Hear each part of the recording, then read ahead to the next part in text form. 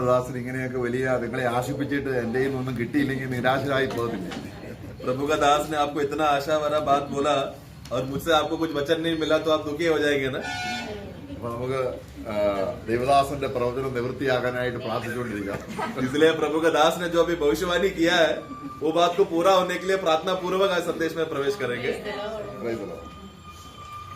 നമ്മൾ ഓരോരുത്തരും ആരാണ് എന്നുള്ളത് ഒന്ന് തിരിച്ചറിയുമ്പോൾ നമ്മുടെ ഉള്ളിൽ വലിയ ആത്മാവിന്റെ ഒരു സന്തോഷം നമുക്കുണ്ടാകും. हम लोग सब लोग अपने आप में जब हम पहचान पाएंगे कि हम लोग असली में कौन है, ये बात का बोध अगर हमें एहसास हो जाएगा तो हमारे अंदर आत्मा में बहुत बड़ा खुशी और आनंद मिलेगा. പണ്ട് നമ്മൾ ആരായിരുന്നു, ഇപ്പോൾ നമ്മൾ ആരാണ്? पहले हम लोग कौन थे या क्या थे, अभी हम क्या हो चुके हैं, ये फर्क जानना चाहिए. നമ്മൾ റോമലേഖനം 9-ാം അധ്യായം 24-ാം വാക്യത്തിൽ അതൊരു ഇങ്ങനെ കണ്ടിന്യൂ ആയിട്ട് കിടക്കുകയാണെങ്കിലും रोमियो का पुस्तक 9-24 का वाक्य पढ़ते समय भले ही वो कंटिन्यूस ऊपर के बातों के बाद लिखा हुआ बात है तो भी അതിന്റെ 23-24 വാക്യങ്ങൾ വായിക്കുമ്പോൾ उसका 23 और 24 जब हम पढ़ते समय में और दया के बर्तनों पर जिन्हें उसने महिमा के लिए पहले से तैयार किया, अपने महिमा के धन को प्रकट करने की इच्छा की, अर्थात हम पर जिन्हें उसने न केवल यहूदियों में से वरन अन्य जातियों में से भी बुलाया. ഓക്കെ, അവിടെ അവസാനമായിട്ട് വായിക്കുന്നത് നാശയോഗ്യമായ കോപപാത്രങ്ങളായിരുന്നു നമ്മളെ ദൈവം വളരെ ദീർഘക്ഷമയോടെ സഹിച്ചു എന്നൊക്കെയാണ് നമ്മൾ വായിക്കുന്നത്. 22 का आखिरी भाग पढ़े. जो विनाश के लिए तैयार किए गए थे, हाँ. बड़े धीरज से सही. हाँ, देखो हम लोग एक समय में जो धीरज के थे उसको प्रभु ने क्या किया, धीरज से प्रभु ने सहा. ദൈവം വളരെ ദീർഘക്ഷമയോടെ നമ്മളെ സഹിച്ചു. हमारा प्रभु बहुत धीरज से हमें बर्दाश्त किया. हमें हमारे विषय में वो सह रहा था. हमें ദൈവം നമ്മളെ വിളിച്ചത് തേജസ് കൊണ്ട് നിറയ്ക്കാനാണ്. परमेश्वर ने हमें क्यों बुलाया, महिमा से भरने के लिए. അവിടെ കരുണാപാത്രമാക്കിയിട്ട് തന്നിൽ തന്റെ തേജസ്സിന്റെ ധനം വെളിപ്പെടുത്തുവാനും ദൈവം ഇച്ഛിച്ചു. और परमेश्वर ने इच्छा किया वाक्य 23 में कि अनुग्रह का या दया का पात्र हमें बनाए और पहले से ही उसका महिमा के लिए हमें ठहराए. അപ്പൊ യേശുവിനെ കർത്താവായിട്ട് നമ്മുടെ ഉള്ളിൽ സ്വീകരിക്കുമ്പോൾ നമ്മൾ തേജസ്സിന്റെ കർത്താവിനെയാണ് സ്വീകരിക്കുന്നത്. നമ്മുടെ ഉള്ളിലേക്ക് തേജസ് വരികയാണ്. तो हम लोग जब यीशु को प्रभु बोलकर जब हम लोग स्वीकारते समय में वो कौन सा यीशु है, महिमा से भरा हुआ यीशु हमारे अंदर प्रवेश हो चुका है, जिसके वजह से हम लोग भी उस महिमा के भाग है. പണ്ട് നമ്മുടെ ഹൃദയം ഇരുളിന്റെ പാത്രമായിരുന്നു. परंतु पहला हम लोग कैसे थे, अंधकार के भाग क्रोध के थे, परंतु अंधकार के बर्तन थे हम लोग. അതാണ് ഇരുളിൽ നിന്ന് വെളിച്ചം ഉദിക്കണം എന്ന് ദൈവം ആഗ്രഹിച്ചു. സൃഷ്ടിയിൽ തന്നെ ദൈവം അങ്ങനെ ചെയ്തു. इसलिए परमेश्वर ने उत्पत्ति में क्या आज्ञा दिया, अंधकार को देखकर ज्योति हो. तो अंधकार में से ज्योति हो करके वो आज्ञा जो दिया था वो हमारा विषय में था. അപ്പോൾ ഇങ്ങനെ തേജസ്സിനായി വിളിച്ച ദൈവജനം इस तरह महिमा के लिए बुलाए हुए प्रभु के लोग അറിയാതെ തന്നെ അവരുടെ ഹൃദയം ഇരുളിലേക്ക് തിരിഞ്ഞു പോകുന്ന ഒരു സ്ഥിതി ഉണ്ടാകുന്നത് കൊണ്ട് കർത്താവ് നമുക്ക് ഒരു വചനം നൽകിയിട്ടുണ്ട്. 2 തെസ്സലോനിക്കർ 3-ാം അധ്യായത്തിന്റെ 5-ാം വാക്യം. तो क्योंकि विश्वासी लोग ज्योति में आ जाने के बाद वो लोग अनजाने मतलब विश्वासी जाने बगैर ही बहुत बार उनका मन अंधकार में चले जाता है. ऐसा अवस्था में प्रभु ने उनको 2 तेस्सलोनिका पुस्तक उसका 3रा अध्याय वाक्य 5 में वाक्य कहता है, परमेश्वर के प्रेम और मसीह के धीरज की ओर प्रभु तुम्हारे मन की अगुवाई करे. അപ്പൊ ദൈവം നമ്മളെ ഈ തേജസ് വെച്ചിരിക്കുന്നത് എവിടെയാണ്? परमेश्वर ने ये महिमा कहाँ पर रखा है, ഹൃദയങ്ങളിൽ. हमारे हृदय में. പക്ഷെ പിന്നെന്തിനാണ് ഇവിടെ പറയുന്നത് നിങ്ങളുടെ ഹൃദയങ്ങളെ? फिर क्यों यहाँ पर लिखा तुम्हारे हृदय को? എപ്പോഴും അത് നിങ്ങളുടെ ഹൃദയങ്ങളെ ദൈവത്തിന്റെ സ്നേഹത്തിലേക്കും परमेश्वर की प्रेम की ओर ക്രിസ്തുവിന്റെ സഹിഷ്ണുതയിലേക്കും और मसीह का धीरज की ओर തിരിക്കുമാറാകട്ടെ. उधर मोड़ दे. ആരാണ് തിരിക്കുന്നത്? ये कौन मोड़ रहा है? ആമേൻ. ആത്മാവ്, പരിശുദ്ധാത്മാവ്. यानी कि पवित्र आत्मा मोड़ रहा है. ഓ, പരിശുദ്ധാത്മാവിന് നമുക്ക് കാണിച്ചു തരാനുള്ള എന്താണ്? क्योंकि पवित्र आत्मा को हमारे विषय में हमको दिखाने के लिए कौन है, തേജസ്സിന്റെ കർത്താവ്. महिमा का प्रभु के बारे में दिखाता है. ഈ ലോകത്തിന്റെ ആത്മാവിന് നമുക്ക് കാണിച്ചു തരാനുള്ള എന്താണ്? और ये संसार का आत्मा किसको दिखाता है? संसार का आत्मा शैतान और अंधकार की बातों को, ഈ ലോകത്തിന്റെ കാര്യം. मतलब संसार का आत्मा संसार की बातें दिखाता है. അപ്പോൾ നമ്മുടെ ജീവിതത്തിൽ ഞാൻ എന്താണ് കാണുന്നത് എന്നുള്ളതിന്റെ ഒരു നിശ്ചയം നമുക്കുണ്ടായിരിക്കണം. എന്താണ് ഞാൻ കാണുന്നത്? ആത്മാവ് കാണിച്ചു തരുന്നതാണോ ലോകത്തിന്റെ ആത്മാവ് കാണിച്ചു തരുന്നതാണോ? इसलिए विश्वासी लोगों को ये अच्छी तरह से निश्चय होना चाहिए या बोध्य होना चाहिए कि मैं किस बात को देख रहा हूं. क्या संसार की आत्मा की मदद से मैं संसार की बातों को देखकर उसके पीछे जा रहा हूं, या प्रभु के आत्मा की मदद से मैं प्रभु को देख रहा हूं, स्वर्गीय बातों को देख रहा हूँ। അപ്പൊ ഇവിടെ ദൈവത്തിന്റെ സ്നേഹം, तो यहाँ पर परमेश्वर का प्रेम നമ്മുടെ കർത്താവിന്റെ സഹിഷ്ണുത, और हमारा मसीह का धीरज, അത് രണ്ട് കാര്യമാണോ ഒരു കാര്യമാണോ? ये दो बात है क्या? अलग अलग है? രണ്ട് या കാര്യം, एक है क्या? अलग अलग है? രണ്ട് കാര്യമാണോ ഒരു अलग കാര്യം? अलग, ये एक बात है क्या? दो अलग अलग है?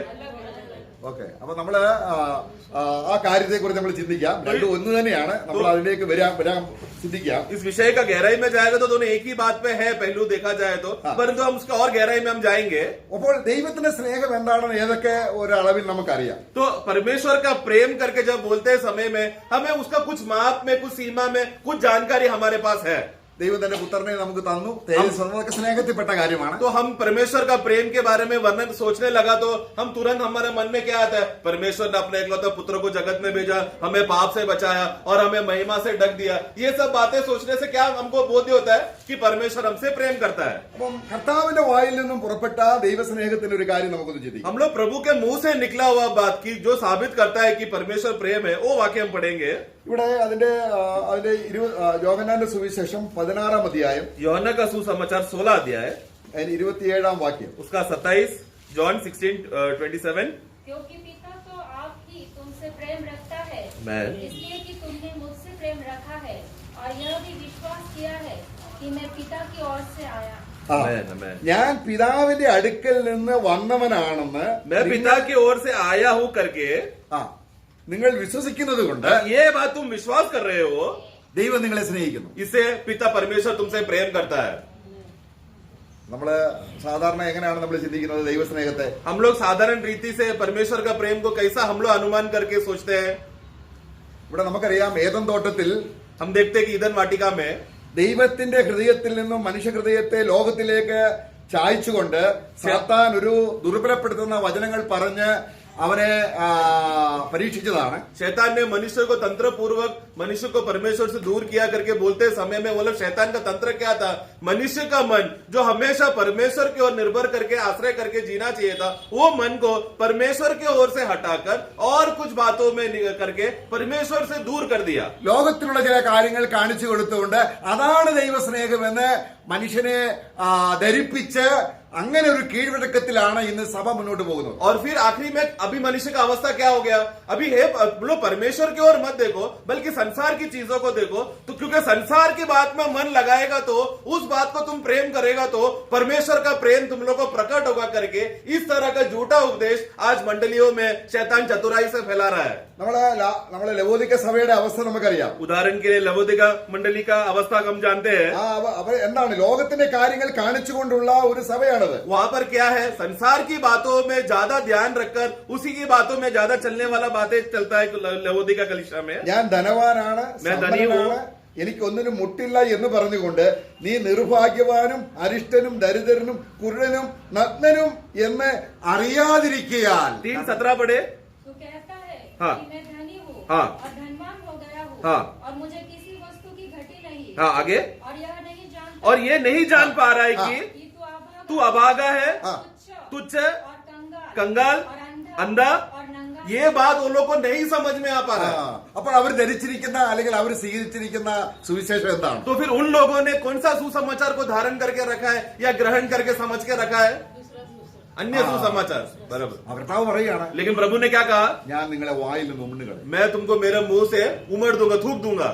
അപ്പോൾ ഈ കാലഘട്ടത്തിൽ तो इस युग में, इस समय में സഭ ഈ ഒരു രീതിയിൽ പോകുമ്പോൾ मंडली जब इस हालत से जा रहा है, ദൈവം നമ്മളെ നാശയോഗ്യമായ അവസ്ഥയിൽ നിന്നും തേജസ്സിന്റെ ധനം വെച്ചുകൊണ്ടാണ് വിളിച്ചിരിക്കുന്നത്. परमेश्वर ने हमें किस रीति से बुलाया है? हम जो एक समय में नाश योग्य था, क्रोध का पात्र था, उस बात से हटाकर अनंतता का और महिमा का धन हमारे हृदय में डालकर दया का पात्र बनाकर हमें बुलाकर आगे चला रहा है।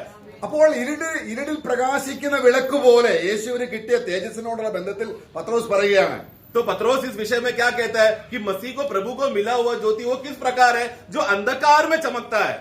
അപ്പൊ ഇവിടെ ഭൂമിയിൽ ഇപ്പോൾ സഭ ഇരുട്ടിലാണ് എന്ന് പറഞ്ഞാൽ तो भले ही अभी भूमि में हम देखते समय में मंडली कलीसिया अंधकार में है तो भी സാത്താന്റെ രാജ്യത്തിലാണ്, यानी कि शैतान के अधीन में है। ഇവിടെയാണ് തേജസ്സിന്റെ ധനം വെച്ചിരിക്കുന്ന സഭ. परंतु यहाँ पर है महिमा का धन जो मंडली है कलीसिया को भूमि में रखा है। എന്നാൽ അവരുടെ ഹൃദയത്തിൽ അത് ജ്വലിക്കണമെങ്കിൽ परंतु उनके मनों में, विश्वासी को मनों में वो महिमा का चमक चमक उठना है तो या प्रकट होना है നമ്മളിലേക്കല്ല നോക്കേണ്ടത്, तो हमें अपने आप की ओर नहीं देखना है, ആ മഹിമയുള്ളവനായ ക്രിസ്തുവിനെ നോക്കണം. महिमा से भरा हुआ प्रभु, जो महिमा का प्रभु है, उस प्रभु को देखना है. അപ്പോൾ പത്രോസ് തന്റെ ജീവിതം അവസാനിക്കുന്ന തന്റെ കൂടാരമാകുന്ന ഈ ശരീരം വിട്ടുപോകുന്നതിനുള്ള ബന്ധത്തിൽ അവരെ ഒന്നും കൂടെ ഓർമ്മിച്ച് ഉണർത്തുന്ന ഒരു കാര്യം, तो पत्रोस अपना आखिरी समय में जब वो पहुंच गया और उसको एहसास हुआ कि ये तंबू अभी खत्म होने वाला है करके, ये बात का बोध्य होकर അവരിൽ വിശ്വാസികളിൽ തേജസ്സിന് ധനം വന്നു. विश्वासी के अंदर महिमा का धन आ चुका है. അത് അതിന്റെ 12ാം വാക്യത്തിൽ വായിക്കുകയാണ്. दूसरा पत्रोस 1:12 में हम पढ़ते हैं. यद्यपि तुम ये बातें जानते हो हाँ। और जो सत्य वचन तुम्हें मिला है उसमें बने रहते हो, आगे? तो भी मैं तुम्हें इन बातों की सुधि दिलाने को सर्वदा तैयार रहूंगा. हाँ। मैं यह अपने लिए उचित समझता हूँ कि जब तक मैं इस डेरे में हूँ तब तक तुम्हें सुधि दिलाकर उभारता रहूंगा. അപ്പോൾ അവിടെ ആ വിശ്വാസികൾക്ക് കിട്ടിയ സത്യം എന്താണ്? तो विश्वासियों को मिला हुआ सत्य क्या था? എന്താണ് സത്യം? वो सत्य क्या था? मैं तुमको सत्य में तुमको स्थिर करता हूँ करके हाँ। बोलते समय में हाँ। वो कौन सा सत्य है? സത്യസുവിശേഷം. वो एक सच्चा सुसमाचार है. അത് തേജസ്സിന്റെ സുവിശേഷമാണ്. मतलब वो महिमा का सुसमाचार ഈ है. തേജസ്സിന്റെ സുവിശേഷം ശോഭിക്കാതിരിക്കാൻ ये महिमा का सुसमाचार बाहर ना चमके, അവിശ്വാസികളുടെ മനസ്സെ കുരുടാക്കുക എന്ന ജോലി സാത്താൻ ചെയ്തുകൊണ്ടിരിക്കും. ऐसा शैतान क्या कर रहा है? अविश्वासियों का मन को अंधकार में अंधकार करते जा रहा है. अंधकार से पूरा अंधा कर रहा है लोगों को, ताकि ये सुसमाचार का ज्योति ना चमके. അപ്പൊ അതിന്റെ 16ാം വാക്യത്തിൽ വായിക്കുകയാണ്, उसका 14 में हम पढ़ते हैं. ഞങ്ങൾ നിങ്ങളോട് എന്തെങ്കിലും നിർമ്മിത കഥകള് എന്തെങ്കിലും കെട്ടുകഥ പറയല്ല. और इस 16 पढ़े. क्योंकि जब हमने तुम्हें अपने प्रभु यीशु मसीह की सामर्थ्य का हाँ। और आगमन का समाचार दिया था, हाँ। तो वह चतुराई से गढ़ी हुई कहानियों का हाँ, तो वो कोई मनगढ़ंत कहानी की बातें नहीं था जो हमने आप लोगों को प्रकट किया.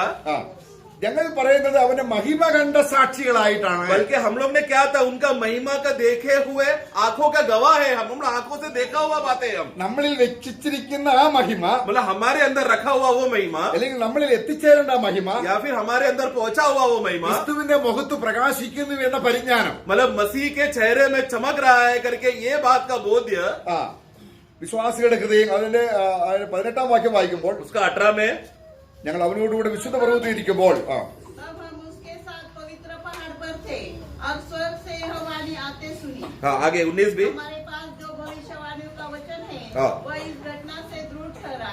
तुम यह अच्छा करते हो जो यह समझकर उस पर ध्यान करते हो कि वह एक दिया है जो अंधियारे स्थान में उस समय तक प्रकाश देता रहता है. ഓക്കെ ഉദയനക്ഷത്രം ഉദിക്കുവോളം तो जैसे उदय का नक्षत्र भोर का सुबह का तारा जैसे चमकता है, നമ്മളെ മനസ്സ് ഓർമ്മിപ്പിച്ച് ഉണർത്തുന്ന കാര്യമാണ് നമ്മൾ പിന്നെയും ഇവിടെ വായിച്ചത്. तो हमारा मन में जो बात को जागरूक करके याद किया बात था वो हमने फिर से पढ़ा. അതാണ് കർത്താവ് പറഞ്ഞത്. मतलब प्रभु ने कहा था, നമ്മളെ യോഹന്നാന്റെ സുവിശേഷം അതിന്റെ 16ാം അധ്യായത്തിൽ 27ാം വാക്യത്തിൽ जो हमने यूहन्ना 16 का 27 में भी पढ़ा. എന്താണ് വായിച്ചത്? वहां पर हमने क्या पढ़ा था? कि पिता तो आप ही तुमसे प्रेम रखता है, हाँ। इसलिए कि तुमने मुझसे प्रेम रखा है हाँ। और यह भी विश्वास किया है कि मैं पिता की ओर से आया. ഓക്കെ ഇതിനു മുമ്പേ നമ്മള് വായിക്കുമ്പോൾ അതിന്റെ 25ാമത്തെ വാക്യത്തിൽ വായിക്കുമ്പോൾ और 25वां वाक्य जब पढ़ते समय में ऊपर കർത്താവ് ഒരു കാര്യം പറയുകയാണ്, प्रभु वहां पर एक बात कहता है, ഞാൻ ഇത്രയും നാള് നിങ്ങളോട് സാദൃശ്യം ഉപമകളാൽ സംസാരിച്ചു, मैं इतने समयों में तुम्हारे बीच में बात करते समय में दृष्टांत के द्वारा बात करता था, എന്നാൽ ഇപ്പോൾ ഇനിയും परंतु अब मैं कैसा बात कर रहा हूँ? खोल कर, मतलब सब प्रकट करके बात कर रहा हूँ, സ്പഷ്ടമായി സംസാരിക്കുന്നു. स्पष्ट रीति से बात कर रहा हूँ. അപ്പോൾ അത് കർത്താവിന്റെ ദാസന്മാര് അല്ലെങ്കിൽ ഈ ശിഷ്യന്മാര് അതിന്റെ 29ാം വാക്യത്തിൽ അത് പറയുകയാണ്, കർത്താവേ. तो 29वां वाक्य में जब ऊपर का वाक्य में यीशु ने ऐसा बोला तो चेले लोग उसको समझकर 29 वाक्य में वो लोग क्या बोल रहे हैं? 29 में देख अब तो तू खोलकर कहता है हाँ। और कोई दृष्टांत से नहीं कहता. हाँ, अगला वाक्य भी. अब हम जान गए हैं हाँ। कि तू सब कुछ जानता है ओके। और इस बस बात- बस बस നേരത്തെ കർത്താവ് ഉപമകളായിട്ട് സംസാരിച്ചു, पहला प्रभु दृष्टांत में बात किया, ഒന്നും മനസ്സിലായില്ല. उन लोग को समझ में नहीं आया. ഇപ്പോൾ കർത്താവ് എന്ത് പറയാണ്? अभी प्रभु क्या कहता है? ദൃഷ്ടാന്തം കൂടാതെ നേരിട്ട് പറയാം. मैं बिना दृष्टांत का एकदम खुला स्पष्ट में बोल रहा हूँ. അവർക്ക് മനസ്സിലായോ? क्या? और वो लोग बोल भी रहे हैं कि हम लोग समझ रहे हैं करके, परंतु सच्चाई में वो लोग समझे क्या?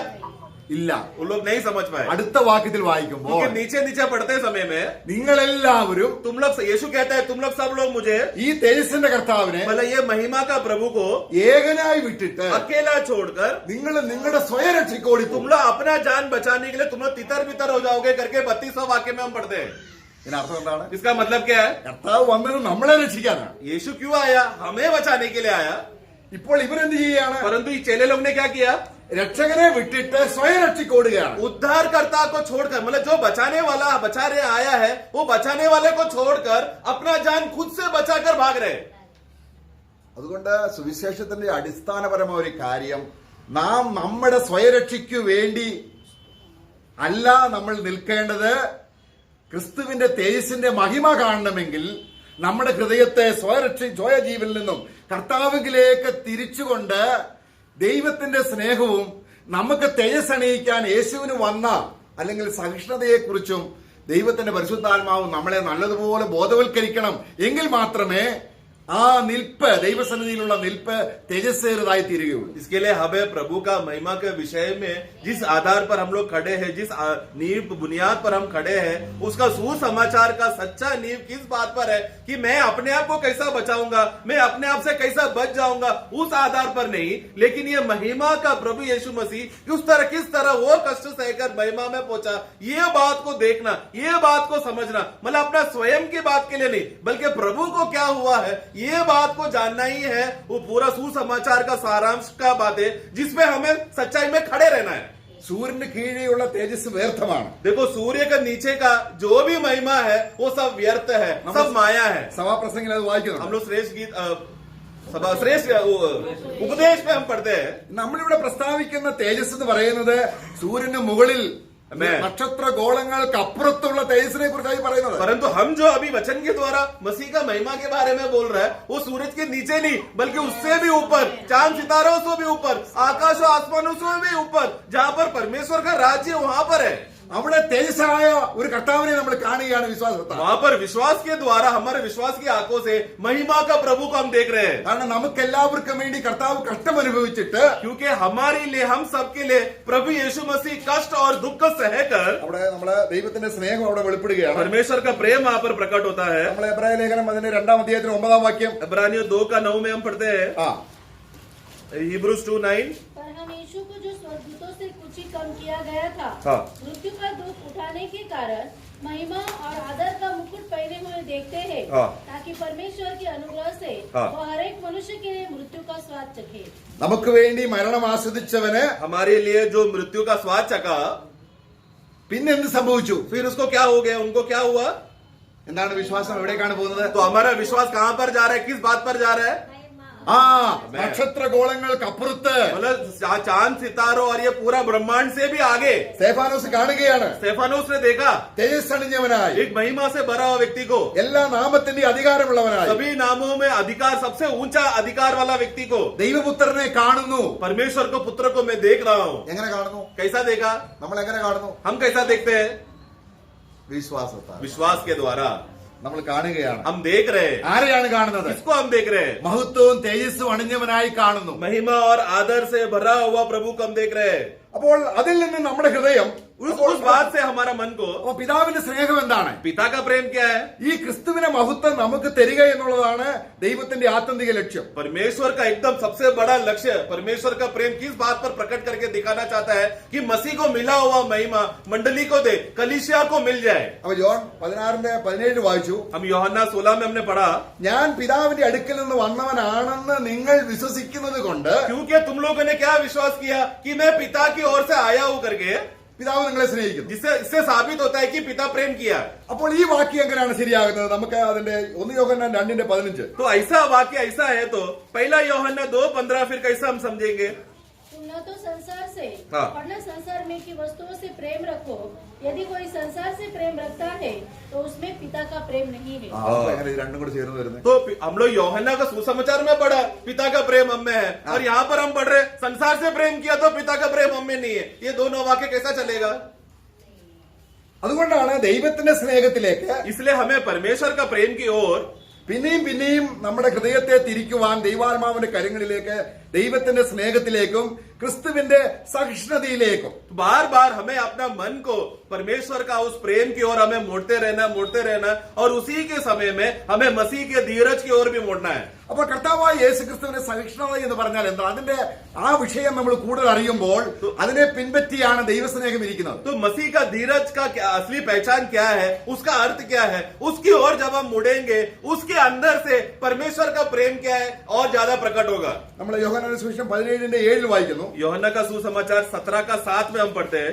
John gospel 17:7. अब वे जान गए हैं कि जो कुछ तूने मुझे दिया है वह सब तेरी ओर से है. ഓക്കെ പിതാവിനോട് പ്രാർത്ഥിക്കുകയാണ്. पिता से प्रार्थना कर रहा है यीशु. നീ എനിക്ക് അവരെ തന്നിരിക്കുന്നു. आपने मुझे इन लोगों को दे दिया है. പക്ഷെ നിങ്ങളെ അവരെ എങ്ങനെയുള്ളവരാണ്? और वो लोग किस प्रकार के लोग थे? എങ്ങനെയുള്ളവരാണ്? किस प्रकार? നാശയോഗ്യമായ കോപപാത്രമാണ്. ये लोग पिता परमेश्वर ने जो देते समय में उन लोग का अवस्था क्या था? ये लोग क्रोध के पात्र थे. हम लोग नाश के लिए नियुक्त किए हुए लोग थे. ദൈവത്തിന്റെ ന്യായപ്രമാണം എന്ന വലിയൊരു പ്രമാണം അവിടെ കിടപ്പുണ്ട്. परमेश्वर का व्यवस्था एक बहुत बड़ा व्यवस्था हमारे सामने खड़ा है. കാരണം പാപത്തിന്റെ ശമ്പളം മരണം. वो क्या है? पाप की मजदूरी मृत्यु है. അപ്പോൾ അതിനെ ഫേസ് ചെയ്യേണ്ട ഒരു ഉത്തരവാദിത്വം, उस व्यवस्था को, उस कानून को सामना करने का जिम्मेदारी. നമ്മളെ എബ്രായ ലേഖനം 9:15 इब्रानियों 9 का 15 जब हम पढ़ते हैं, നമ്മളെ ക്രിസ്തുവിന്റെ സഹിഷ്ണുതയും ദൈവത്തിന്റെ സ്നേഹവും തമ്മിലുള്ള ബന്ധമാണ് നമ്മൾ പഠിക്കുന്നത്. हम लोग मसीह का धीरज और पिता परमेश्वर का प्रेम का रिश्ते को हम समझ रहे हैं. इसी कारण वह नई वाचा का मध्यस्थ है, ताकि उसकी मृत्यु के द्वारा हाँ। जो पहली वाचा के समय के अपराधों से അപ്പൊ ഇവിടെ देखो, हाँ। ആദ്യ നിയമത്തിന്റെ ലംഘനം, ആദ്യ നിയമത്തിൽ പറഞ്ഞാൽ ന്യായപ്രമാണം എന്ന് പറയുന്നു പാപം ചെയ്ത ദേഹി.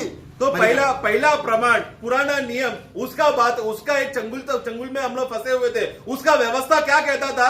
जो पाप करने वाला व्यक्ति, उसका मजदूरी मृत्यु उसको देना ही पड़ेगा. അപ്പോൾ കർത്താവ് എന്ത് ചെയ്തു? तो प्रभु ने क्या किया? ഗലാത്യ ലേഖനം 4 गलतियों का पुस्तक अध्याय 4 में ഈ ന്യായപ്രമാണത്തിന്റെ ശാപത്തിൽ നമ്മളെ വിലയ്ക്ക് വാങ്ങി. हमें जो व्यवस्था के श्राप में फंसे हुए लोगों को, आदीन में फंसे हुए लोगों को मूल लेकर खरीद लिया. അതിന്റെ 5 വാക്യം 4:5 4 का 5. अपनी व्यवस्था के अधीनों को मोल लेकर छुड़ा ले. बस. അപ്പോൾ പിതാവ് പുത്രന് നമ്മളെ കൊടുത്തു എന്ന് പറയുമ്പോൾ എന്താണ് അർത്ഥം? तो पिता ने पुत्रों को कुछ लोगों को दिया करके बोलते समय में उसका मतलब क्या है? ന്യായപ്രമാണത്തിന്റെ ശാപത്തിൽ നിന്ന് നമ്മളെ വിലയ്ക്ക് വാങ്ങണം. व्यवस्था का जो श्राप में फंसे हुए आदीन हुए लोगों को, कुछ लोगों को मूल लेना है. അതിന് യേശുക്രിസ്തുവിന് സഹിക്കേണ്ടിയ വലിയൊരു പട്ടികയുണ്ട്. उस बात पे कुछ लोगों को बचाने के विषय में आते समय में प्रभु को कुछ विषय में सहने का कुछ बातें हैं, धीरज से सहने का कुछ बातें हैं जो प्रभु को उससे गुजरना पड़ेगा.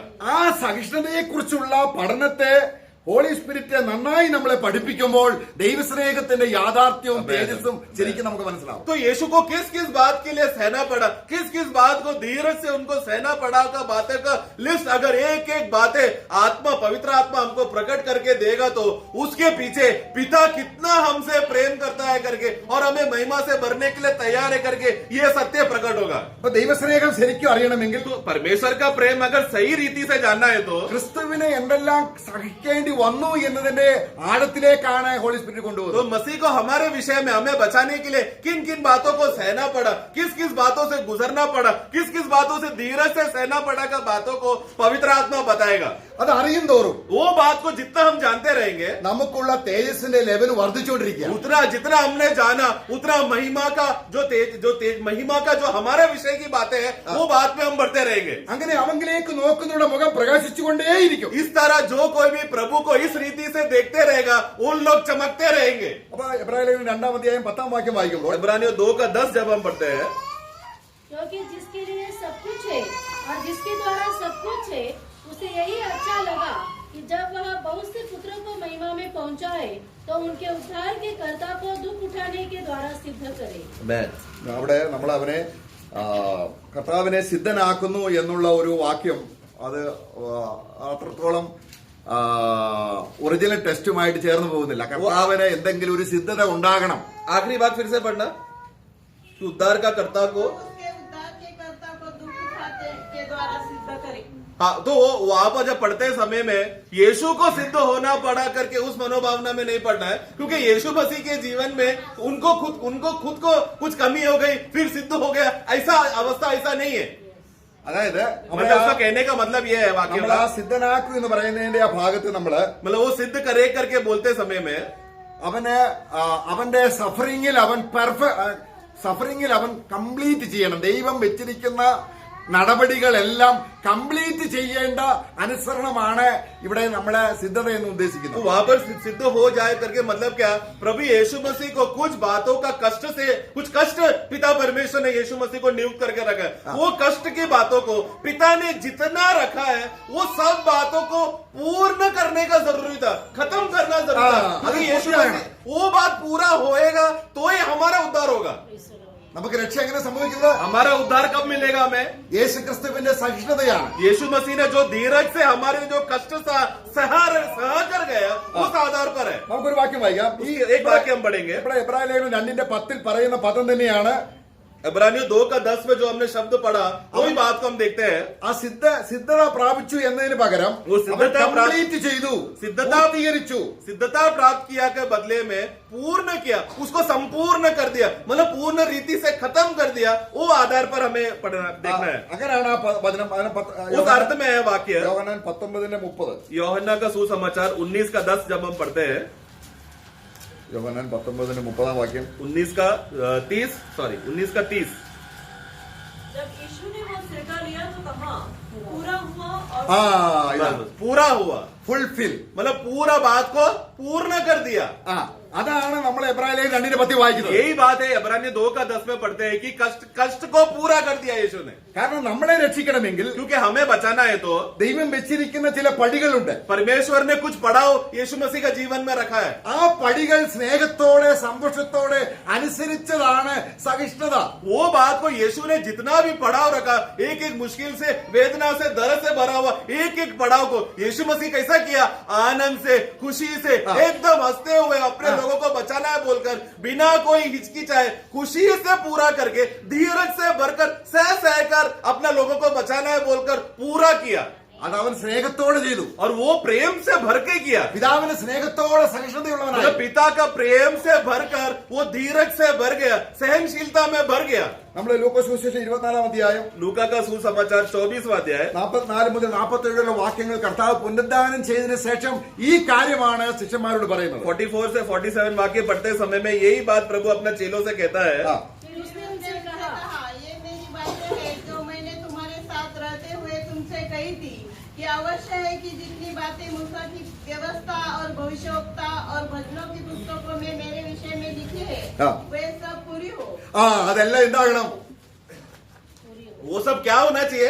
पूरा होना चाहिए, कंप्लीट होना चाहिए, संपूर्ण होना चाहिए। അതിനെയാണ് എബ്രായ ലേഖനം 2 അധ്യായം 10 വാക്യം സിദ്ധത നമ്മൾ ഇനി വായിക്കുന്നത്. वही बात इब्रानियों 2:10 में जो सिद्ध करके बढ़ा ना, उसको पूर्ण करने के लिए, खत्म करने के लिए है। തികഞ്ഞവനായി എന്നല്ല, मतलब यीशु सिद्ध हो गया, मतलब उसमें कुछ कमी था फिर सिद्ध हो गया, ऐसा अर्थ नहीं है, പിന്നെന്താണ്? बल्कि पूर्ण खत्म करना था, कंप्लीट करना था उनको, നമുക്ക് നമ്മുടെ രക്ഷയ്ക്ക് വേണ്ടി ताकि हमारा उद्धार हमें मिल सके।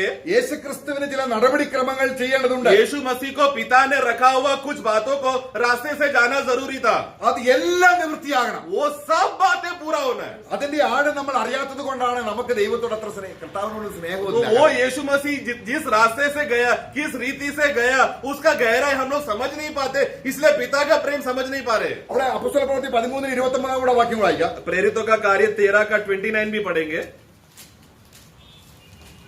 जब उन्होंने उसके विषय में लिखी हुई सब बातें पूरी की हाँ, पूरी की, हाँ। मतलब संपूर्ण किया। आगे ആ तो उसे क्रूस पर से उतरकर ഓക്കെ. ഇവിടെ നമ്മള് കർത്താവായ യേശു ക്രിസ്തുവിനെ കുറിച്ചുള്ള എല്ലാ പ്രവചനവും ഇതുവരെ നിവൃത്തിയായിട്ടില്ല. देखो, हम जानते हैं यीशु मसीह के विषय में बहुत से भविष्यवाणियां लिखा गया है, परंतु सब भविष्यवाणियां अभी तक पूरा नहीं हुआ है। ആ എന്നാൽ परंतु നാം തേജസ് പ്രാപിക്കാനുള്ളതെല്ലാം തികച്ചു. ഇനി ഒരെണ്ണം പോലും ബാക്കിയില്ല. परंतु हम लोग को एक दिन महिमा प्राप्त करना है, वो भी एक भविष्यवाणी है। वो बात के विषय के लिए जो भी रुकावटें हैं वो सब बातें प्रभु ने पूरा कर दिया है। അതെന്തെങ്കിലും ഒന്ന് നിവൃത്തിയായിട്ടില്ല എങ്കിൽ നമുക്ക് തേജസ്സുമില്ല, രക്ഷയുമില്ല. अगर हमें महिमा मिलने वाला है, जो भविष्य में मिलने वाला है, उसकी जो बातें हैं, उसका जो पड़ाव है, जो पिता परमेश्वर ने यीशु मसीह के लिए रखा है, उसमें से एक भी बात अगर बच गया है तो महिमा छोड़ो, हमको उद्धार भी नहीं मिला है। मतलब അപ്പൊ ഈ യാഥാർത്ഥ്യത്തിലേക്ക് तो इस सच्चाई की ओर ദൈവത്തിന്റെ പരിശുദ്ധാത്മാവ് നമ്മുടെ ഹൃദയത്തെ ക്രിസ്തുവിന്റെ സഹിഷ്ണുതയിലേക്ക് തിരിച്ചാൽ हमें पवित्र आत्मा हमें क्या करेगा, जिस तरह वो पिता का प्रेम का अनुभव के समझने के लिए यीशु मसीह ने जितना सहा, धीरज से हमारे लिए सहा, वो आत्मा जब उस बात पर हमें मोड़ेगा, ആത്മാവിൽ നിറയുമ്പോൾ ഇതൊക്കെയാണ് സംഭവിക്കുന്നത്. आत्मा में भर जाएगा तो प्रियो यीशु के बारे में यही सब बातें जानेंगे हम। ക്രിസ്തുവിനെ കുറിച്ച് പ്രവചിച്ച പ്രവാചകന്മാർ അവന് വലിയ കഷ്ടതയും പിൻവന്ന മഹിമയും കുറിച്ച് പ്രവചിച്ചത്. അതേ ആത്മാവാണ് ഒരു വിശ്വാസിയിൽ നിറയുമ്പോൾ ക്രിസ്തുവിന് വന്ന കഷ്ടതയും പിൻവന്ന മഹത്വമാണ് അറിയുന്നത്. क्योंकि हमने लूका में हमने क्या पढ़ा, आत्मा आकर तुम भविष्यवक्ताओं के द्वारा आत्मा क्या घोषणा किया कि मसीह का आने वाला कष्ट और फिर मिलने वाला महिमा। तो आत्मा जब हमको मिलेगा हमें भी किस बात में बताएगा, मसीह को हुआ कष्ट और आने वाला महिमा। അപ്പൊ കർത്താവിനെ കുറിച്ചുള്ള പഴയ നിയമത്തിലെ പ്രവചനം ഒന്ന് രണ്ട് ചില കാര്യങ്ങൾ ഉദാഹരണത്തിന് പറയാം. हम लोग उदाहरण के लिए कुछ भविष्यवाणी को हम देखते हैं पुराने नियम में। അവൻ സിദ്ധത പ്രാപിച്ചു എന്ന് പറയുന്നതിന്റെ അർത്ഥം ഇതാണ്. मतलब वो पूर्णता, वो बातों को पूरा किया, उसका अर्थ को हम देखेंगे। നമുക്കറിയാം നമ്മുടെ കർത്താവ് ജനിച്ച ഉടനെ മിസ്രൈമിലേക്ക് ഓടിപ്പോകേണ്ടി വന്നു. हम जानते हैं ना, यीशु मसीह का जन्म होते समय में तुरंत उनको मिस्र देश में भागना पड़ा। അത് പ്രവചനത്തിലുണ്ട്, वो भविष्यवाणी में लिखा है, അത് നിവൃത്തിയായി. वो बात पूरा हुआ जब वो मिस्र देश में गया। तो ഇങ്ങനെ ഓരോ കാര്യങ്ങളും ക്രിസ്തുവിനെ കുറിച്ച് പറഞ്ഞത് इस तरह एक एक बातें उनका 33.5 साल का जीवन में एक एक बातें, एक एक क्षण, एक एक पल की बातें जो पुराने नियम में भविष्यवाणी के दौर लिखा गया था। യേശു കർത്താവിന് 30 വെള്ളിക്കാശിന് ഒറ്റിക്കൊടുക്കും. यीशु मसीह को 30 सिक्के में बेच दिया जाएगा, അത് പ്രവചനത്തിലുണ്ട്, वो भविष्यवाणी में है। അത് ക്രിസ്തുവിൽ നിവൃത്തിയാകണം. वो यीशु मसीह का जीवन में पूरा होना है। ഇതിന്റെ വിശദാംശങ്ങളിലേക്ക് നമ്മൾ പോകുമ്പോൾ इस तरह के ये पूरा बातों का गहराई में जब हम जाते हैं, ലോകം നമുക്ക് യാതൊന്നും ഒരു വിലയുമില്ലാത്തതായി തീരും. ലോകം फिर संसार हम लोग के लिए कोई भी मूल्य नहीं रहेगा, संसार को हम लोग कूड़ा समझेंगे। കാരണം യേശു ക്രിസ്തുവിന്റെ സഹിഷ്ണുതയിലേക്കും അത് ദൈവത്തിന്റെ സ്നേഹത്തിൽപ്പെട്ട കാര്യമാണ്. क्योंकि वो मसीह का धीरज की ओर किस तरह सहनशीलता से वो गया करके बात को जब आत्मा यीशु के बारे में बताएगा, तुरंत इसमें पिता परमेश्वर का प्रेम है करके समझ में आएगा। അവന്റെ കൈയും കാലും തുളയ്ക്കും, उनका हाथों और पैरों को खेदा जाएगा, खिले ठोके जाएंगे, പ്രവചനത്തിലുണ്ട്. भविष्यवाणी में लिखा है। അപ്പൊ കർത്താവിന്റെ ക്രൂശിലെ കാര്യങ്ങൾ മാത്രമല്ല, तो यीशु मसीह को सिर्फ क्रूस में इस तरह अवस्था होगा, सिर्फ उतना ही नहीं, അവന്റെ ജനനം മുതൽ ഉണ്ടായ എല്ലാ बल्कि उसका കാര്യങ്ങളും जन्म से लेकर मृत्यु तक का बहुत से बातें हैं। അവൻ ഒരുപാട് സഹിക്കേണ്ടി वो വന്നു. बहुत से बातों को सहना पड़ा, ये सब बातों को എങ്ങനെ സഹിച്ചു? किस तरह सहा। എന്നിട്ട് നമ്മൾ ഫിലിപ്പിയിലെ എഴുതി വായിക്കുകയാണ്, और फिलिपियों में हम पढ़ते हैं, ക്രൂശിലെ क्रूस മരണത്തോളം का സഹിച്ചു. मृत्यु तक वो आज्ञाकारी होकर मरा। അപ്പൊ നമ്മള് കർത്താവിന്റെ സഹിഷ്ണുതയിലേക്ക് നമ്മുടെ ഹൃദയത്തെ ഹോളി സ്പിരിറ്റ് തിരിക്കുമ്പോൾ, तो जब मसीह का सहनशीलता का उस स्वभाव की ओर जब पवित्र आत्मा हमारा मन को उस बातों में मुड़ेगा, നമ്മുടെ ഹൃദയം അതിന് അവൈലബിൾ ആകുകയാണെങ്കിൽ, तो उस पल में, उस क्षण में अगर हमारा हृदय पवित्र आत्मा को मिल जाता है, तो സമയം തക്കത്തിൽ ഉപയോഗിക്കുകയാണെങ്കിൽ, यानी कि समय को सही रीति से इस्तेमाल करके, നമ്മുടെ തേജസ് വർദ്ധിക്കുകയാണ് സ്വർഗത്തിൽ. तो आत्मा को हमारा मन मिल गया, मतलब हमारा दिल तैयार है, तो क्या होगा, उसका फल क्या है, परिणाम क्या है कि हमको प्रतिफल बढ़ जाएगा हमारा, यानी कि हमको महिमा और मिलेगा। ഇവിടെ യേശു ഇത് എങ്ങനെ സഹിച്ചു? यीशु ने किस रीति से ये सब बातें सहा। അപ്പൊ നമ്മൾ നോക്കുകയാണ്, നമുക്ക് എബ്രായ ലേഖനം 12:2, इब्रानियों 12 का 2 हम पढ़ेंगे। അവിടെ രണ്ട് പ്രധാന കാര്യങ്ങൾ അവിടെ നമ്മൾ കാണും. എബ്രായ ലേഖനം 12-ാം അധ്യായത്തിന്റെ 2-ാം വാക്യം. 12 का 2 में 2 बातें हम देखते हैं।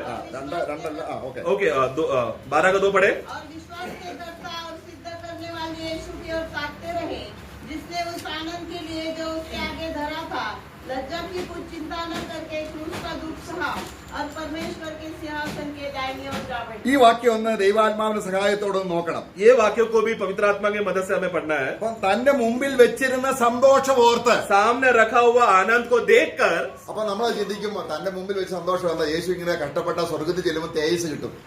तो ये वाक्य पढ़कर हम लोग क्या समझते हैं, यीशु मसीह अगर क्रूस सहेगा तो पिता परमेश्वर उसको महिमा देगा, तो महिमा मिलेगा ना, वो आनंद है करके हम सोचते हैं। പ്രിയമുള്ളവരെ, അവന് നേരത്തെ തേജസ് ഉണ്ടായിരുന്നു. प्रियो, लेकिन यीशु मसीह को मनुष्य बनने से पहले ही महिमा था ना, तो ये मनुष्य के बाद जो महिमा मिलेगा वो प्रभु के लिए बड़ी बात है क्या, उसमें कुछ आनंद है क्या।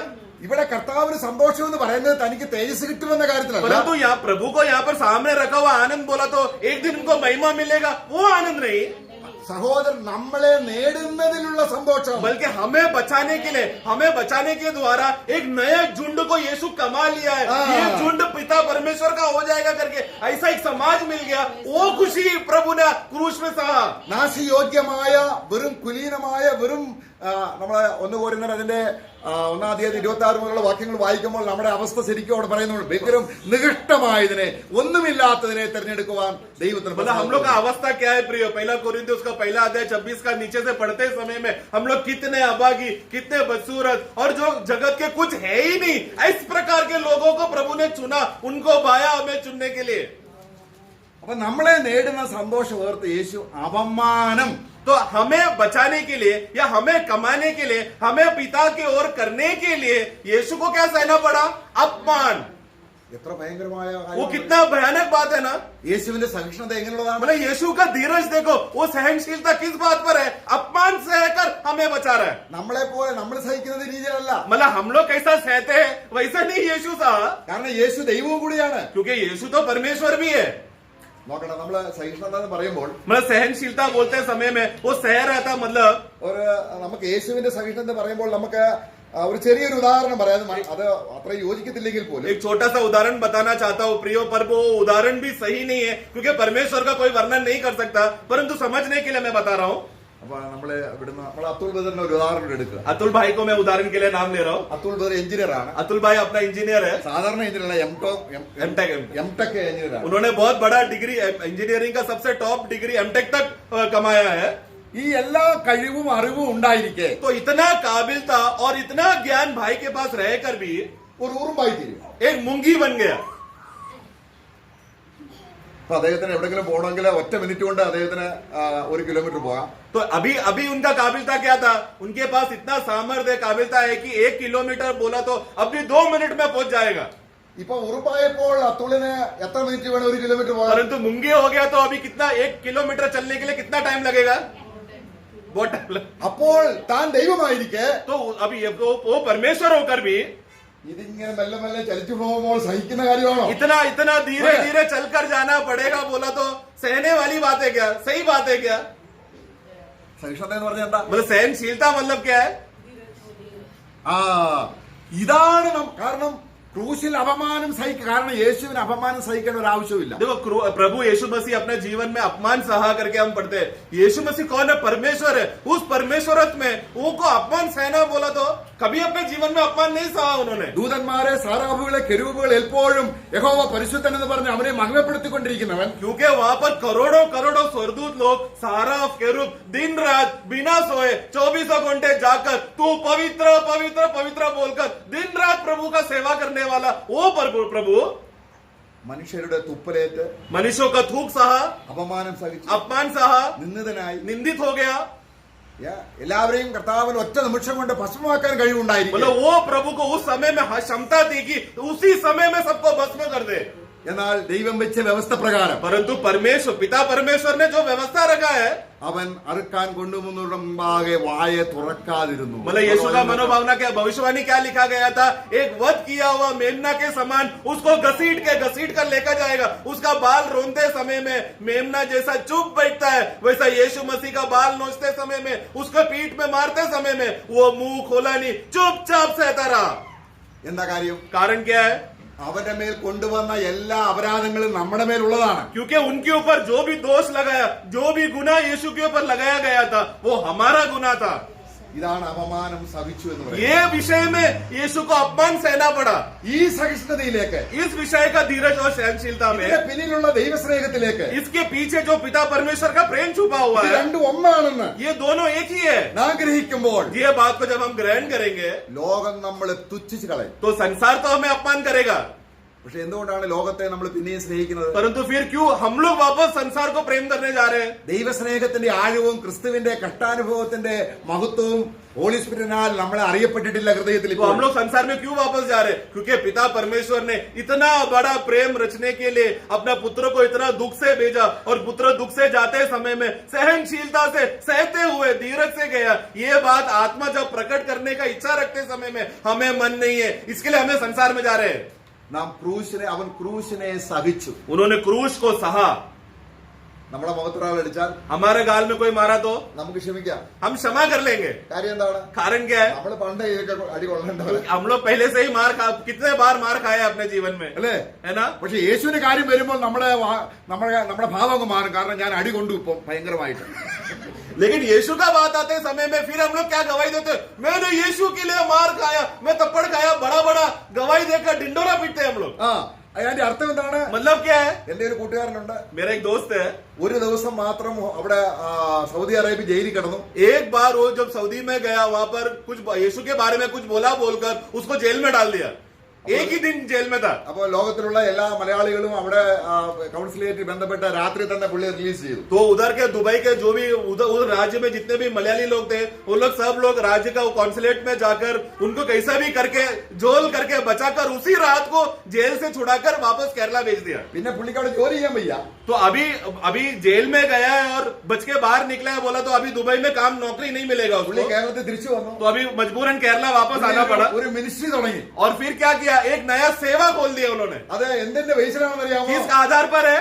ഒരു ദിവസം ഞാൻ ജയിലിൽ मैं एक दिन में जेल में रुका, हाँ। वो बात को ढिंडोरा पीट कर हाँ। उसने बड़ा मिनिस्ट्री चालू किया। ഇതാണ് മനുഷ്യന്റെ ദേഹിയിൽ മനുഷ്യരിലുള്ള പുളിപ്പ്. ये है मनुष्य के अंदर का वो खमीर, मतलब छोटा सा बात आ गया तो हाँ। उसको फुला दिया। ഈ പുളിപ്പ് എന്ന് പറഞ്ഞാൽ എന്താണ്? खमीर क्या है? നമ്മൾ ദോശയ്ക്ക് അരി അരച്ചു വെക്കും. हम लोग जब जो मैदे के लिए या डोसा का जो आटा बनाते समय में थोड़ा खमीर डाल के फिर बंद करके रखते हैं, 1/4 കിലോയെ വെക്കത്തുള്ളൂ. मतलब पाव किलो ही रहेगा, डालते रहेंगे हम। പക്ഷെ നേരം വെളുക്കുമ്പോൾ അത് നിറഞ്ഞിരിക്കണം. परंतु सुबह हो गया तो वो पूरा डब्बा भर जाता है, फूल जाता है वो।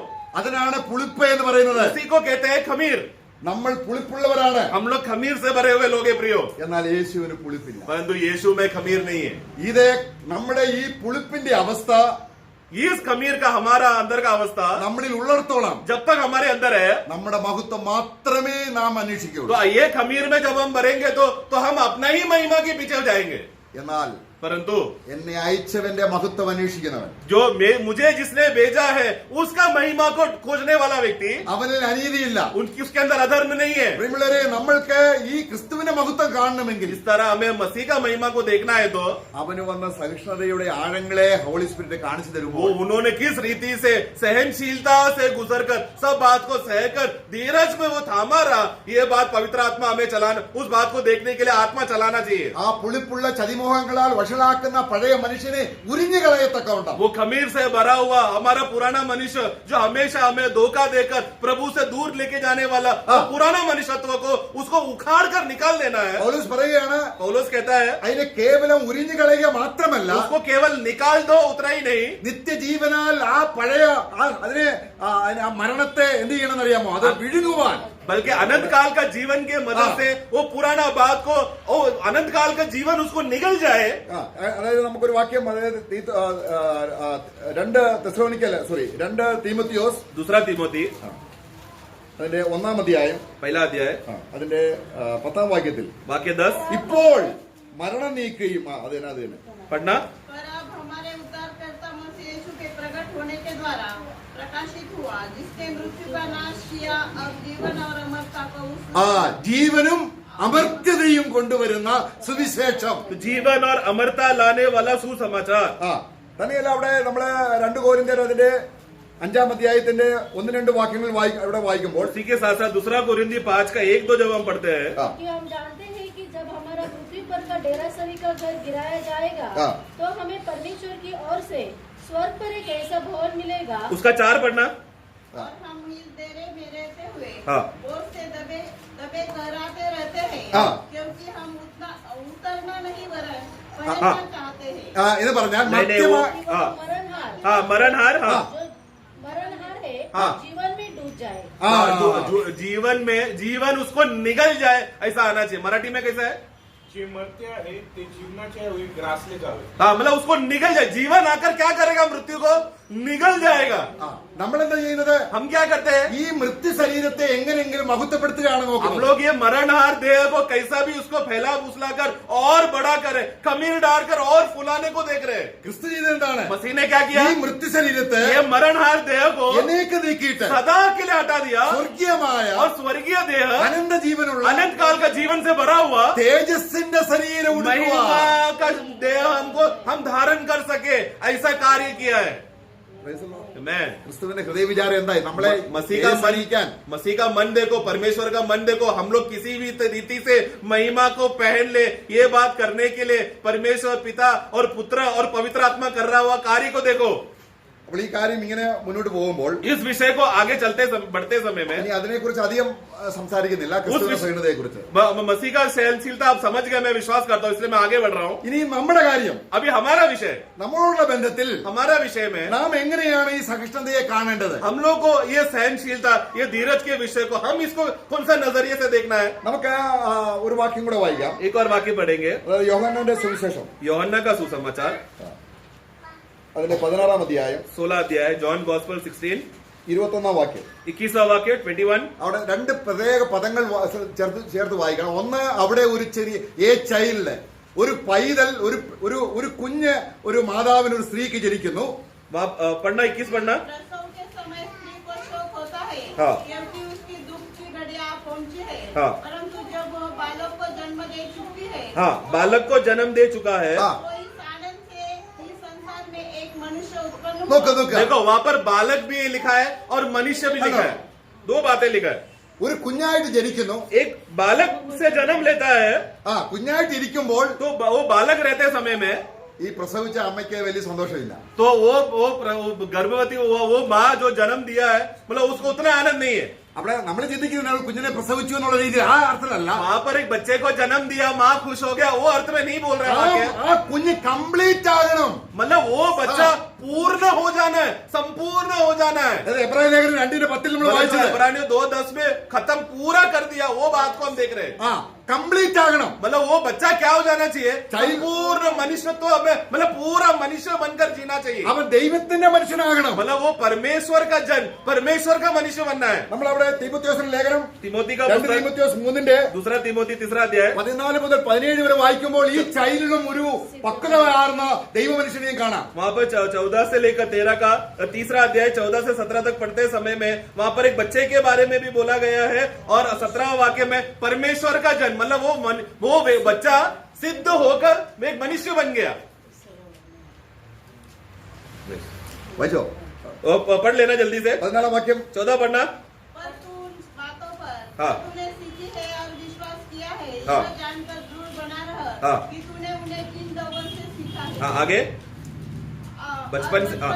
पवित्र देखो बचपन से पवित्र शास्त्रों को तू जाना. जाना हुआ है, हाँ। जो तुझे मसीह पर विश्वास करने से उद्धार प्राप्त करने के लिए, हाँ, आगे उसके बाद 17.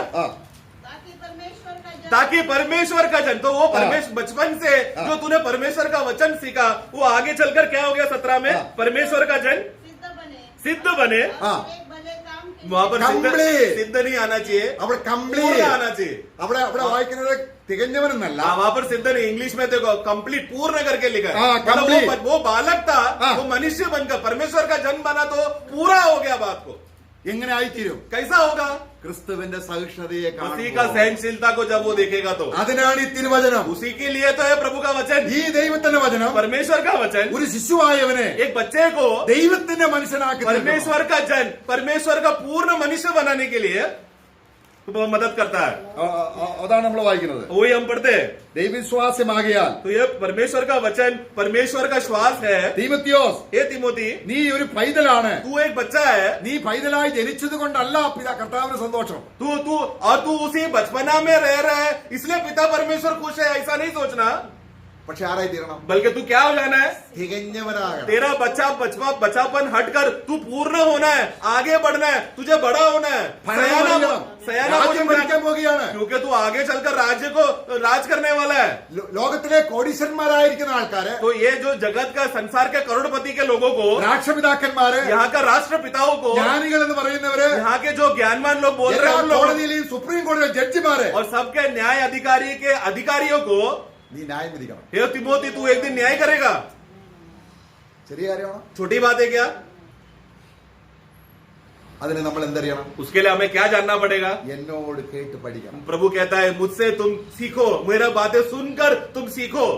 എന്റെ മുഖം നിങ്ങളുടെ ശിരസിൽ വെച്ചിട്ട് मेरा जुआ को मैं तुम पर रखकर എന്നോട് കേട്ട് പഠിപ്പിക്കും. मुझसे सुनो और सीखो. ഈ പഠിക്കലിന് എന്താ ഉള്ളത്? ये सीखने में क्या लाभ है? ഭയങ്കര സമാധാനം, बहुत बड़ा शांति है, ഭയങ്കര സന്തോഷം, बहुत बड़ा आनंद है, ഭയങ്കര എന്താ പറയുക ആത്മനിവൃത്തി, बहुत आत्मा का पूर्णता है। കർത്താവ് എന്തെങ്കിലും കഷ്ടപ്പെട്ടാണോ ചെയ്തത്? ये सब यीशु मसीह कष्ट सहकर किया എന്ന് गया। പറഞ്ഞാൽ നിരാശപ്പെട്ട പിറുപിറുത്താണോ? मतलब निराश होकर कुड़कुड़ाकर गुस्से में ऐसा ईर्ष्या में बोला गया। ദൈവ മനുഷ്യൻ मतलब परमेश्वर का जन, परमेश्वर का पूर्ण मनुष्य, അവൻ എന്താണ് ചെയ്തത്? वो क्या किया? എല്ലാം പിതാവിന്റെ സ്നേഹത്തിൽ ചെയ്തു. सब पिता का प्रेम में रहकर किया। Praise the Lord. Praise the Lord। ദൈവം നമ്മളെ വിളിക്കുന്നത് എങ്ങോട്ടാണ്? അതാണ് നിങ്ങളുടെ ഹൃദയങ്ങളെ. इसलिए परमेश्वर हमें किसकी ओर बुला रहा है? तुम्हारा हृदयों को, तुम्हारा मनों को कहाँ और मोड़ना है?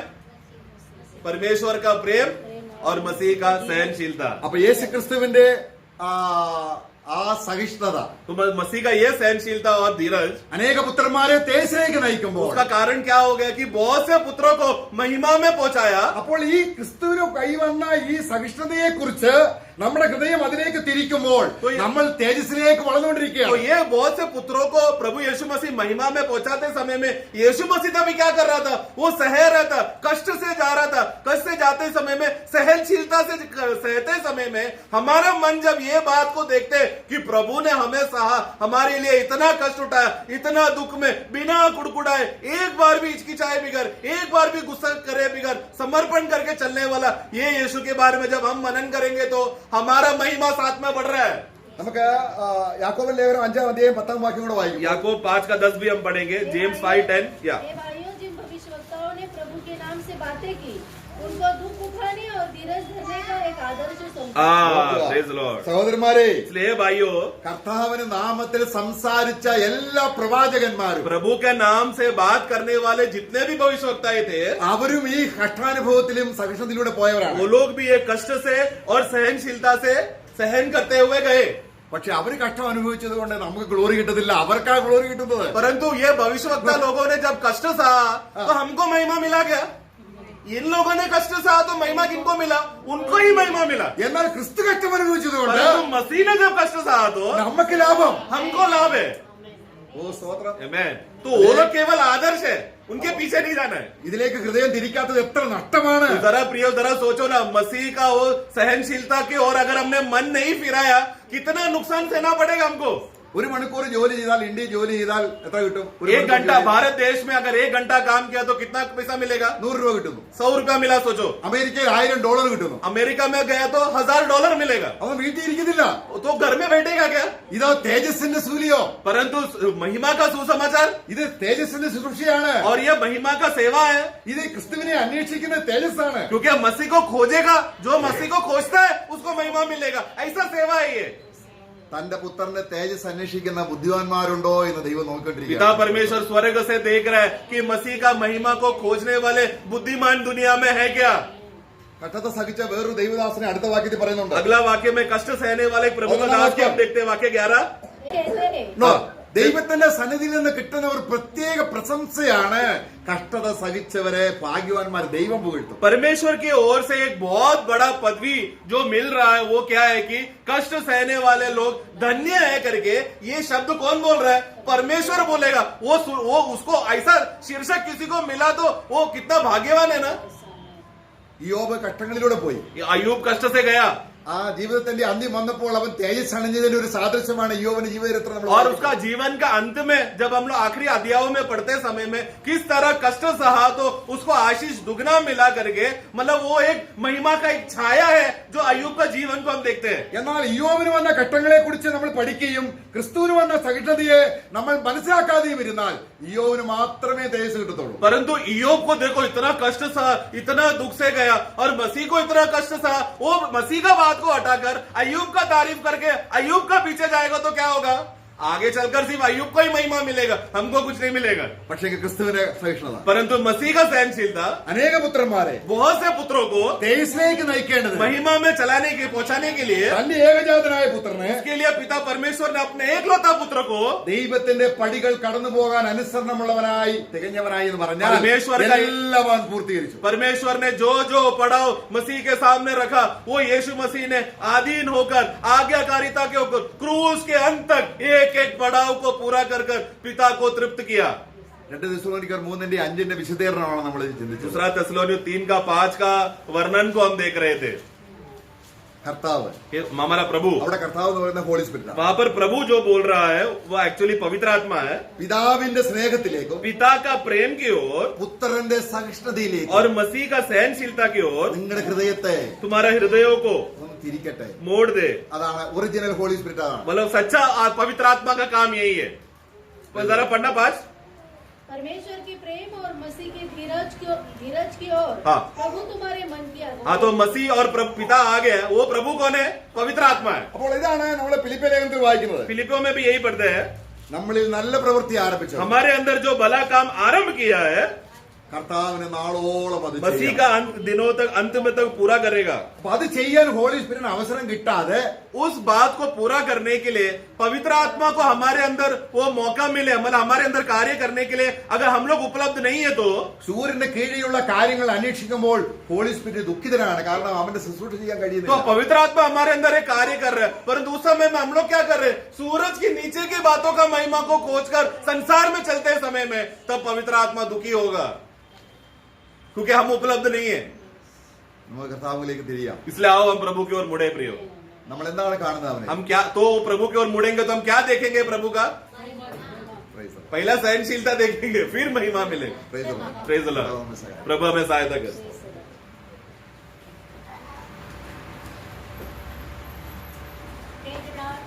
Praise the Lord. कितना लूट मिला? अच्छा, लूट का मार्क कम से कम सीखा है कि नहीं? इंडिया में काम करेगा एक दिन में 1000 रुपया मिलेगा, अमेरिका में जाएगा तो $10,000 मिलेगा। कितना फर्क है?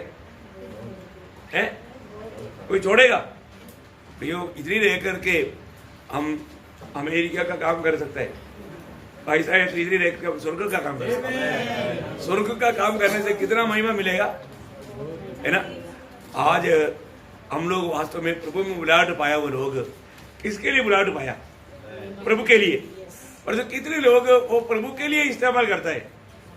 बहुत दुख के साथ प्रेरित पौलुस बोलने वाले एक शब्द इसके साथ मैं पढ़ना चाहूंगा, फिलिपियों 2:21। क्योंकि सब अपने स्वार्थ की खोज में रहते हैं। देखा, प्रभु का चुने हुए लोग क्या कर रहा है?